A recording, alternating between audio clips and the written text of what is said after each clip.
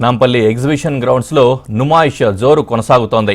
నుమాయిష్లో ఈ ఏడాది ఏర్పాటు చేసిన 2200 స్టాళ్లలో ప్రభుత్వ స్టాళ్లు సందర్శకులను ప్రత్యేకంగా ఆకట్టుకున్నాయి. ఇక జాతీయ గణాంక సంస్థ ఏర్పాటైన 75 వసంతాలు పూర్తయిన సందర్భంగా నుమాయిష్లో ప్రత్యేక స్టాల్ కొలువైంది. ప్రజలకు జాతీయ గణాంక సంస్థ నిర్వహించే సర్వేలపై అవగాహన కల్పించడమే లక్ష్యంగా ఈ స్టాల్ ఏర్పాటు చేశారు. మరింత సమాచారం మా ప్రతినిధి రజిత అందిస్తారు. హైదరాబాద్ నాంపల్లి ఎగ్జిబిషన్ గ్రౌండ్లో నుమాయిష్ జోరు కొనసాగుతుంది. ఈ నెల 3వ తేదీన ప్రారంభమైన ఈ నుమాయిష్ ఫిబ్రవరి 18వ తేదీ వరకు 45 రోజుల పాటు కొనసాగనుంది. అయితే దేశంలోనే అతిపెద్ద ఇండస్ట్రియల్ ఎగ్జిబిషన్ అయిన ఈ ఎగ్జిబిషన్లో ఈసారి దాదాపు 2200 స్టాల్స్ తోటి కాశ్మీర్ నుండి కన్యాకుమారి వరకు ఉన్న వివిధ ఉత్పత్తులు అయితే ఇక్కడ కొలువుదీరాయి. అయితే ఈసారి నుమాయిష్లో అయితే చాలా ప్రత్యేకతలు ఉన్నాయి అని చెప్పుకోవచ్చు. ఈసారి ప్రత్యేకించి ప్రభుత్వ స్టాల్స్ ఈ నుమాయిష్లో ప్రత్యేక ఆకర్షణగా నిలుస్తున్నాయి. నేను ఇప్పుడు ప్రస్తుతం నేషనల్ స్టాటిస్టిక్స్ ఆఫీస్ వారి స్టాల్లో ఉన్నాను. ఇక్కడ చూడొచ్చు 75 వసంతాల చరిత్ర ఉంది ఈ స్టాల్కి. గతంలో దీన్ని నేషనల్ శాంపిల్ సర్వే ఆఫీస్ అని పిలిచేవారు. మనకు కావలసినటువంటి ఎటువంటి సర్వేలు అయినా కానీ ఆ సర్వేకు సంబంధించినటువంటి గణాంకాలన్నింటినీ కూడా ఇచ్చేది ఈ ఎన్ఎస్ఓ ఆఫీసు. అయితే ఇక్కడ ఈసారి మొదటిసారిగా కూడా ఇక్కడ ఈ స్టాల్ని ఏర్పాటు చేశారు.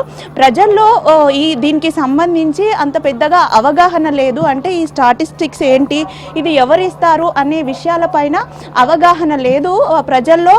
దీనిపైన కొంత అవగాహన కలిగించడానికైతే ఈసారి స్టాల్ని ఏర్పాటు చేసినట్టుగా మనకు నిర్వాహకులు చెప్తా ఉన్నారు. మనం విజువల్స్లో చూసుకోవచ్చు వివిధ రకాల సర్వేటర్ ఎంటర్ప్రైజెస్కి సంబంధించినటువంటి సర్వేలు. ఇక ఈసారి ప్రత్యేకించి రీసెంట్గా వీళ్ళు చేస్తున్న సర్వే ఇప్పుడు చేస్తున్నారు సోషియో ఎకనామిక్ సర్వే. ఇది చేస్తున్నది 80వ సారి. మనతో పాటు ఇక్కడ కొంతమంది ఎన్ఎస్ఓకు సంబంధించినటువంటి నిర్వాహకులు ఉన్నారు. వారి చేత మాట్లాడించే ప్రయత్నం చేద్దాం. చెప్పండి మేడం, ఏంటి అసలు ఈ ఎన్ఎస్ఓ ప్రతి గణాంకాలు ఇచ్చేది మీరే, ఇది ఈసారి ఇక్కడ ఈ స్టాల్ ఏర్పాటు చేయడానికి రీజన్ ఏంటి? పబ్లిక్లో అవేర్నెస్ చేయడానికండి. చాలా వరకు ఈ మధ్యలో చాలా వరకు మా సర్వీస్ చాలా పెరిగాయండి. అండ్ పబ్లిక్ కోఆపరేషన్ కోరుతూ వాళ్ళ అవేర్నెస్ కోసం, అంటే నుమాయిష్కి చాలామంది చాలా చోట్ల నుంచి వస్తుంటారు. Not only Hyderabad, other districts నుంచి కూడా వస్తుంటారు. కాబట్టి మా డిపార్ట్మెంట్ గురించి కొంచెం అవేర్నెస్ పెంచితే మాకు ఫీల్డ్లో వాళ్ళ కోఆపరేషన్ పెరుగుతుంది అని. ఎలాంటి సర్వేలు నిర్వహిస్తూ ఉంటారు? ప్రత్యేకంగా మా డిపార్ట్మెంట్ నుంచి మేజర్గా అయ్యే సర్వేలు అంటే అండి పీరియాడిక్ లేబర్ ఫోర్స్ సర్వే అని చేస్తాం. ఏంటంటే అన్ఎంప్లాయ్మెంట్, ఎంప్లాయ్మెంట్ రేట్స్ దేశంలో, and consumer price indices surveys అని చేస్తుంటాము, అండ్ అగ్రికల్చర్ సర్వే. ప్రత్యేకంగా ఈసారి సోషో ఎకనామిక్ సర్వే. అంటే సోషో ఎకనామిక్ సర్వే అంటే ప్రతి సంవత్సరం దాని టాపిక్ మారుతుంటుంది.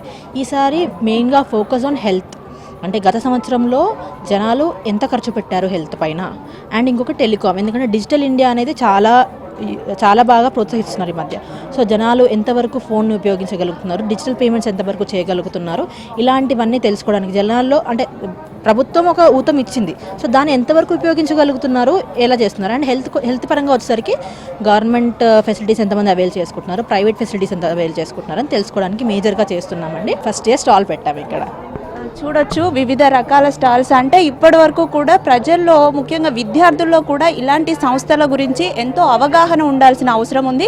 కానీ వారికి ఎక్కువగా అవగాహన లేకపోవడం వల్ల సర్వేలు నిర్వహించేటప్పుడు కూడా కొంత వ్యతిరేకతను ఎదుర్కోవాల్సిన పరిస్థితి వస్తుందని అయితే ఇక్కడ నిర్వాహకులు చెప్తా ఉన్నారు. ఎన్నో రకాల సర్వేలు, అటు వ్యవసాయానికి సంబంధించి, ఆర్గనైజ్డ్ సెక్టార్స్, అన్ఆర్గనైజ్డ్ సెక్టార్స్కి కూడా సంబంధించినటువంటి ఎన్నో సర్వేలు చేస్తున్నట్టుగా అయితే ఇక్కడ నిర్వాహకులు చెప్తా ఉన్నారు. దీనిపైన ప్రజల్లో ఇప్పటికైనా ఎంతో కొంత అవగాహన రావాల్సిన అవసరం ఉంది. కాబట్టి అవగాహన కల్పించేందుకు ఇక్కడ ఈ స్టాల్ని ఏర్పాటు చేశామని నిర్వాహకులు చెప్తున్నారు. మొత్తంగా చూసుకున్నట్లయితే ప్రతి గణాంకాన్ని కూడా, అంటే ప్రభుత్వం బడ్జెట్ ప్రిపేర్ చేస్తున్నప్పుడు కూడా ఈ సంస్థ అందించినటువంటి గణాంకాలని తీసుకొని, శాంపిల్గా తీసుకొని దాని ప్రకారం బడ్జెట్ని కేటాయిస్తూ ఉంటారు, బడ్జెట్ని రూపొందిస్తారు.